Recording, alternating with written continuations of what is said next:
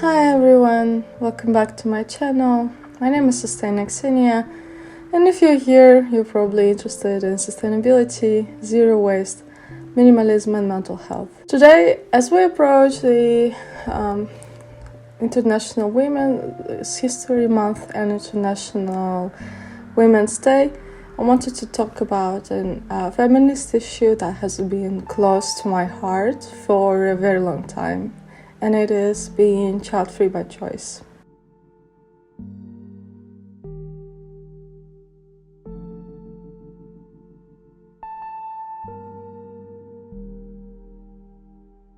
I think I have never wanted to be a mother, and even when I played with my toys, with my Barbie dolls as a kid, I never played that I was their mother. I was mostly playing through adulthood scenarios rather than being a mother to my dolls. And later on, I just never understood what having a child actually contributes to my life and why I would want it. But at the moment, me being 32 years old, approaching 32 years old, I feel extremely pressured into having kids by the society and my own family as well. You know, my mother, not my in-laws. Even if I choose to decide to have children one day, I want it to be on my own terms and not on the society dictating me that it is time, or that it is my destiny, or that it is something my body was made to, because I think that people assigned female at birth or people with uteruses are necessarily supposed to be mothers. In fact, studies show that non-married, childless women are usually the happiest comparing to married women with children, because they have more time to pursue their own passions, career, and build relationships that are not based on family bonds but on the chosen family. Why is being child-free is a feminist issue? Well, from the beginning of 20th century, feminism has been advocating for women to pursue their own goals in life. With even the suffragettes in the 20th century were talking about reproductive rights. And unfortunately now we are in a moment of history where women once again have to protect their reproductive rights and rights for abortion and their bodily autonomy. What I like about modern intersectional feminism is that it also brings into perspective not only our identities as women, but also our sexuality, race, nationality, history, and background into the picture to understand how much it differs for each one of us. When I'm talking about my personal experiences coming from post-Soviet Union country, I feel extremely pressed to have children young. People in my country, in Russia now, are being pushed to start families at their early 20s and even earlier than that, and the girls are being persuaded not to pursue higher education so that they could dedicate all their life as mothers. This is absolutely crazy for me, because that only limits women's role in society as child bearers. And while it is an important role that women can pursue, it's not the only one. I even experienced it on myself when I got diagnosed with polycystic ovary syndrome.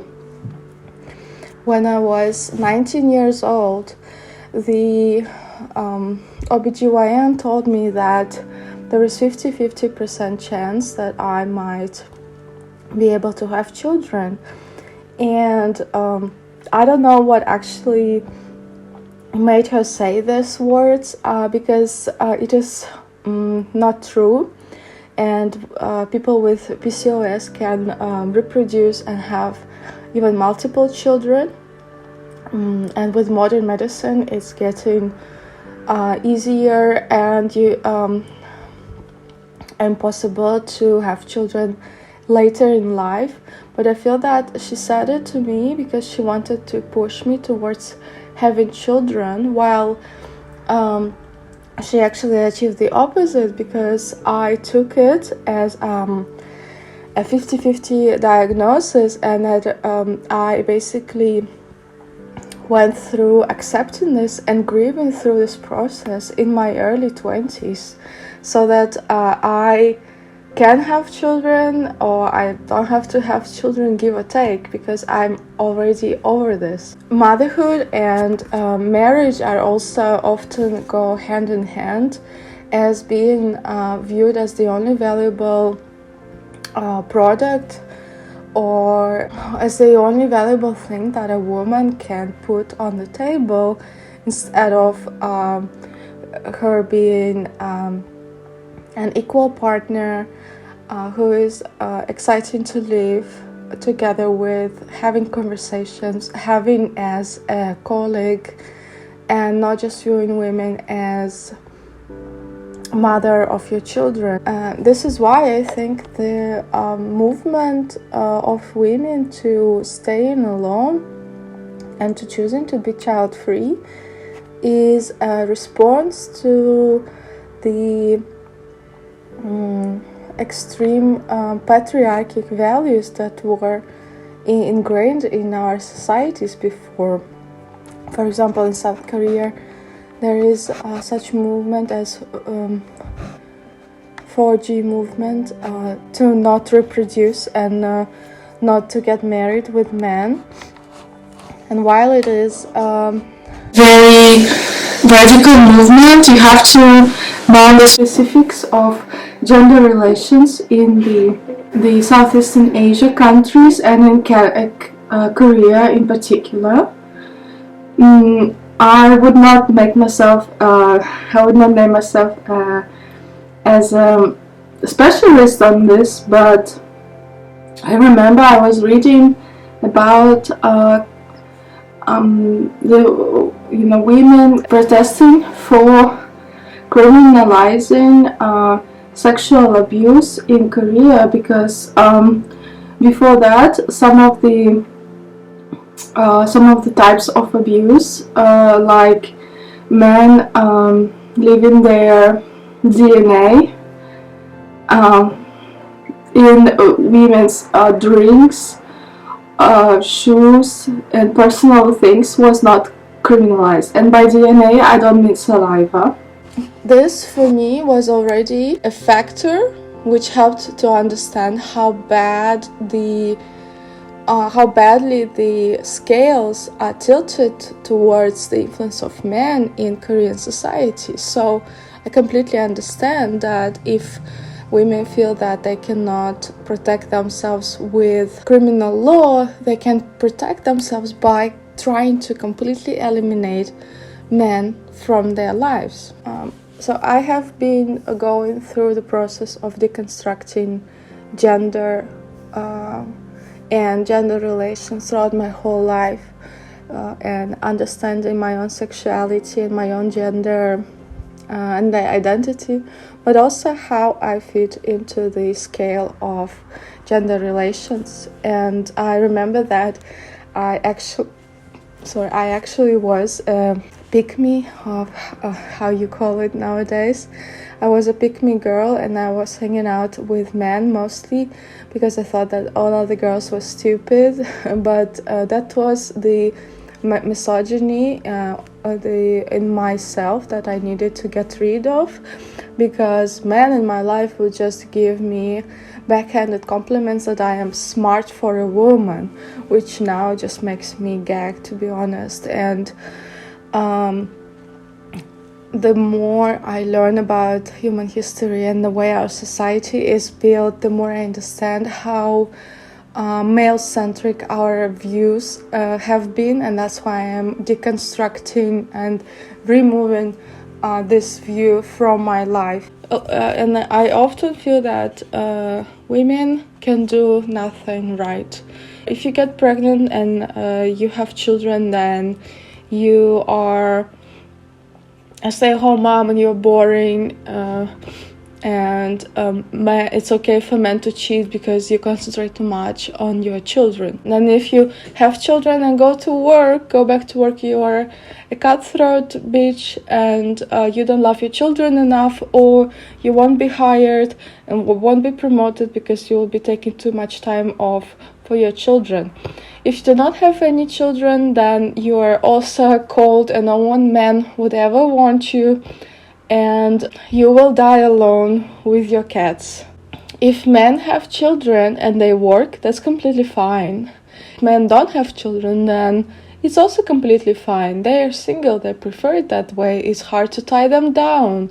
You know, like George Clooney for a very long time was this untamable playboy and bachelor until he got married and then had children. And he dated very late, and he still was considered attractive by other people.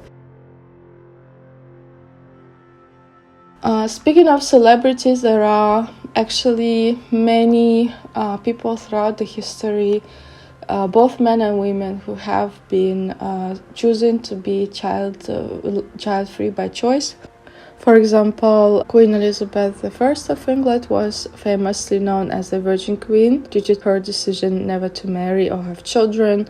Susan B. Anthony, an American suffragist and women's rights activist who played a pivotal role in women's suffrage movement, remained unmarried and child-free. From the modern times, Oprah Winfrey and Stedman Graham did not have any children, same as late Alan Rickman and his wife Rima Horton, Christopher Walken and his wife Georgianne, Seth Rogen and Lauren Miller, Helen Mirren, and many other people as well.